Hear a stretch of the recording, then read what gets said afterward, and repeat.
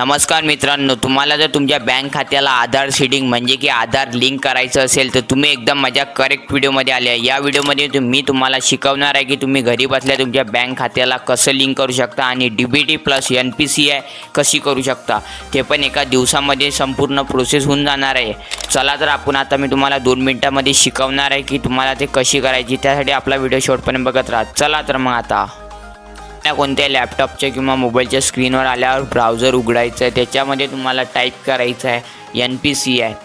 Type केल्यावर मित्रांनो पहिल्याच नंबरची लिंक येणार आहे। पहिल्या नंबरच्या लिंकला तुम्हाला ओपन करायचं आहे। मित्रांनो NPCI म्हणजे की आधार सीडिंगचा बेनिफिट एवढाच आहे की तुम्हाला कोणत्याही सरकारमार्फत पैसे आले की तुमच्या बँक खात्यामध्ये डायरेक्ट येऊन जाणार आहे। तुम्हाला डबल काही कुठे जायची गरज लागणार नाही आहे। तर म्हणून माझी इच्छा आहे की तुम्ही लवकरात लवकर हे करून घ्या। तुम्हाला तर माहीत आहे आता लाडकी बहीणचे पैसे येणारच आहेत, तर तुम्ही लवकरात लवकर करून घ्या। तर मित्रांनो लिंकचे ओपन झाल्यावर तुम्हाला इथे कंझ्युमर सेकंड नंबरचं ऑप्शन दिसणार आहे। तुम्ही बघू शकता कंझ्युमर नावाचं। तर मित्रांनो तुम्ही मोबाईलमध्ये करत असाल तर तुम्हाला ॲरोवर 2 वेळा क्लिक करायचं आहे। त्यानंतर तुम्हाला get Aadhaar map status with just click हे दिसणार आहे। त्यामध्ये तुम्हाला खाली नाव मूवर ह्याच्यावर क्लिक करायचं आहे। त्यामध्ये तुम्हाला कंझ्युमर हे ऑप्शन दिसणार आहे। त्यामध्ये तुम्हाला सगळ्यात शेवटचं म्हणजे भारत आधार सीडिंग हे ऑप्शन दिसणार आहे, त्यावर क्लिक करायचं आहे। तुम्हाला मोबाईलमध्ये पण शिकवणार आहे आणि लॅपटॉपमध्ये पण। आणि लॅपटॉपमध्ये तुम्हाला कंझ्युमर ऑप्शन दिसलं की मित्रांनो तुम्हाला त्या ऑप्शनला ओपन करायचं आहे। ऑप्शनला ओपन केल्यावर मित्रांनो तुम्हाला सगळ्यात शेवटचं ऑप्शन दिसणार आहे भारत आधार सीडिंग एनेबल। हे ऑप्शनला तुम्हाला क्लिक करायचं आहे म्हणजे की ओपन करायचं आहे। ऑप्शनला मित्रांनो ओपन केल्यावर तुम्ही डायरेक्ट सीडिंग या पेजवर येऊन जाणार। पण तुम्हाला त्या काळ्या पट्टीमध्ये शेवटून एक ॲरो दिसणार आहे। त्या ॲरोवर मित्रांनो तुम्हाला क्लिक करायचं आहे। तुम्हाला पहिले मी शिकवणार आहे की तुम्ही NPCI पहिले एनेबल आहे का आणि कोणत्या बँकेसोबत होती। चला तर तुम्हाला शेवटच्या ॲरोवर क्लिक करायचं आहे। काळ्या पट्टीमध्ये तुम्हाला दिसतच असेल मित्रांनो। आता त्या ॲरोवर मित्रांनो तुम्हाला क्लिक केल्यावर खाली 3 ऑप्शन येणार आहेत। खाली 3 ऑप्शन किंवा 4 ऑप्शन पण येऊ शकतात। तर यामध्ये मित्रांनो तुम्हाला गेट आधार मॅप स्टेटस हे ऑप्शन निवडायचं आहे। हे ऑप्शन निवडल्यावर इथे तुम्हाला तुमचा आधार नंबर एंटर करायचा आहे। त्यानंतर तुमचा कॅप्चा एंटर करायचा आहे। कॅप्चा वगैरे एंटर केल्यावर तुम्हाला चेक स्टेटस या बटनवर क्लिक करायचं आहे। तो नंबर तुमच्या आधार कार्डला लिंक असणार आहे। त्या नंबरवर एक OTP गेला आहे, तो OTP इथे बरोबर फिलअप करायचा आहे। सबमिट या बटनवर क्लिक करायचं आहे। सबमिट या बटनवर क्लिक केल्यावर थोडी प्रोसेस होणार आहे आणि तुमचं सर्व इथे डिटेल येऊन जाणार आहे।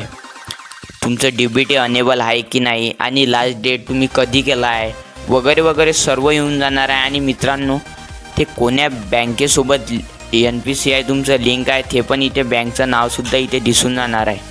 तर तुम्हाला सगळ्यात पहिले कोणते पैसे आले मित्रांनो की याच बँकेत चेक करायचं आहे, कारण की तुम्हाला NPCI याच बँकेसोबत तुमचं लिंक असल्यामुळे सगळ्यात पहिले याच बँकेत पैसे येणार आहे। तर तुम्हाला मी डबल शिकवणार आहे की ते तुम्हाला कशी करायची आहे। चला तर मी तुम्हाला आता करून दाखवणार आहे ती तुम्हाला कशी करायची आहे। तर तुम्हाला मित्रांनो डबल मी आता तुम्हाला शिकवणार आहे तुम्हाला कशी करायची आहे। तर चला तर मित्रांनो चॅनलला नवीन आले असाल चॅनलला सबस्क्राईब करायला विसरू नका।